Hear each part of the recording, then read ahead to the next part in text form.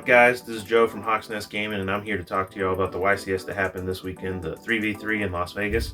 And before I even really get into it, I actually want to do a huge shout out to the two teams that were sent out there this weekend. That being the HNG boys, which composed of Cam, Drew, and Aaron, and then also the HNG VFD, which was Aiden, Ethan, and Logan. Guys, huge effort. We really appreciate y'all going to represent us, our locals, what we're out here, doing. Y'all are awesome, and, we'll get them next time.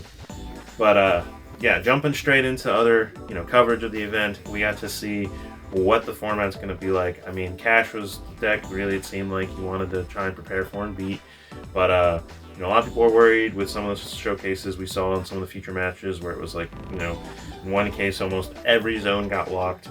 People out here worried about that. But on the flip side, you saw plenty of matches where people had the Nibiru, they had the Ash Blossom at the correct time. You had the right thing to use at the right moment that kind of just shut them off, and then you could play. A lot of good counterplay. I mean, people were playing things like, Ninja. We got to see that as kind of like a meta call to try and like combat some of the ways that Cash is and flipping him down and then being able to attack directly. There was a lot of interesting things that kind of just went throughout this event, and it was kind of cool to watch, honestly, just to see, things showing up. I mean, even throughout the tournament, we didn't see like Sword Soul until, the top 16 or something, but even then, when you look down, I mean, the breakdown of what was in the top, I mean, for top 16, you had Cash Tira, you had Branded, you had Labyrinth, you had the Sprite, you had a Live Twin Sprite that actually got all the way to the top 4. You got Sword Soul, Naturia, Runic, and then there was like 14 other decks that just kind of seemed to be, different kinds of strategies. So it was really interesting. In the end, Cash Tira, and Cash Tira won. That was the top deck. But it's kind of interesting to also see, the different kinds of Cash that people were playing. Some people were playing Shingra Arrow, where they were just trying to lock out all your zones as possible and stop you from being able to play. If you didn't have a response to it, it was what it was. Then people were playing more conservative and just trying to hard make a Rise Heart under, 4 or 5 summons to not be Nibiru'd, but then, would put down some traps and just kind of play the protection game and just try and, use and abuse Rise Heart because he's such a powerful card and boss monster, like some of the best we've ever seen in the game. So it was cool to see, the different variations of that. I mean, Branded Despia, people were playing different kinds of techs and stuff in there as well, and just trying to be ready for what the format, was going to be like. But yeah, in the end, really trying to talk about like the health of the game and where we're at. It's better, for sure. There's also some arguable degeneracy that's going on currently. On the flip side, I mean, the people that really know what they're doing out here making choices against the deck, and it really what it feels is like a glass cannon. If it gets to be able to do what it's going to be able to do, it feels very impressive, it can be hard to beat, all that sort of thing. But basically, if you have the correct responses, if you're playing the right kind of cards, you can kind of make decisions that really try and stop their play. And you've got plenty of spice going on in other decks. In the final, when it was actually a Cash, and Cash, the deck they were actually facing was a Branded Despia, and a Labyrinth. And the Branded Despia's decks were playing the Gimmick Puppet Nightmare so that they could give that to their opponent and make them be forced to only summon Gimmick Puppets, and that was through Branded Expulsion. Like, we're seeing this evolution of certain decks that have been around and being able to tech the decks to basically work against what's currently being popular and what people are doing. So the format's very interesting. It's cool. It feels more wide open. It feels like there's more you can do. Tiers, sometimes it felt like their turn was their turn, your turn was their turn. You couldn't really do much. Every time you tried to do something, they had some kind of response to you.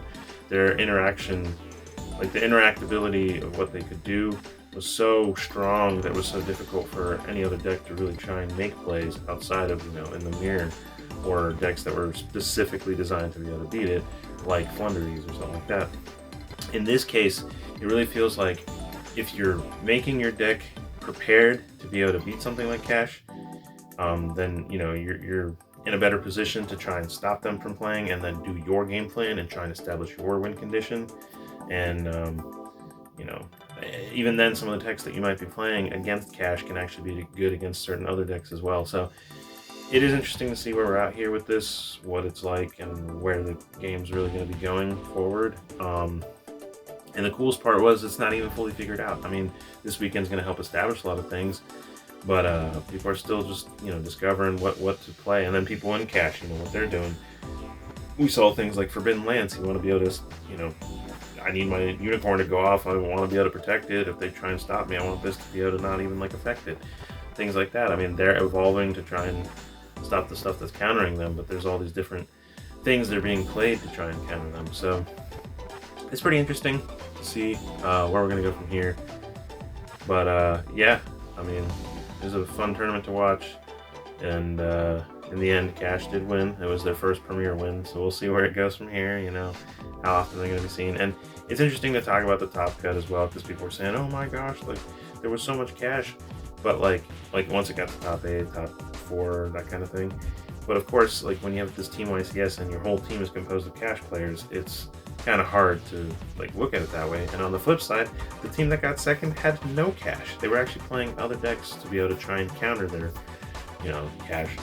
And yeah, so really cool, to see the Labyrinth deck make it all the way to second place. People were wondering how good that was going to be in the TCG, and it's shown in strides that it has a game plan, and if it can get through with that, it's going to definitely cause some problems for the opposing team. So anyway, though, don't want to ramble on for too long. I've said plenty already, but bar none, it's a better format than it was. Still some stuff that's frustrating, of course, but that's every format Yu-Gi-Oh! And this format actually does feel like the best deck, it showed to be cash, which is what people anticipated. But the best deck is basically, like I said, a glass cannon. They make their thing, they're not stopped, it's pretty annoying and tough to deal with. And the zone locking, of course, is not fun. On the flip side, when you stop them, and you stop them successfully, you establish your game plan, you're more than likely going to be able to turn it around.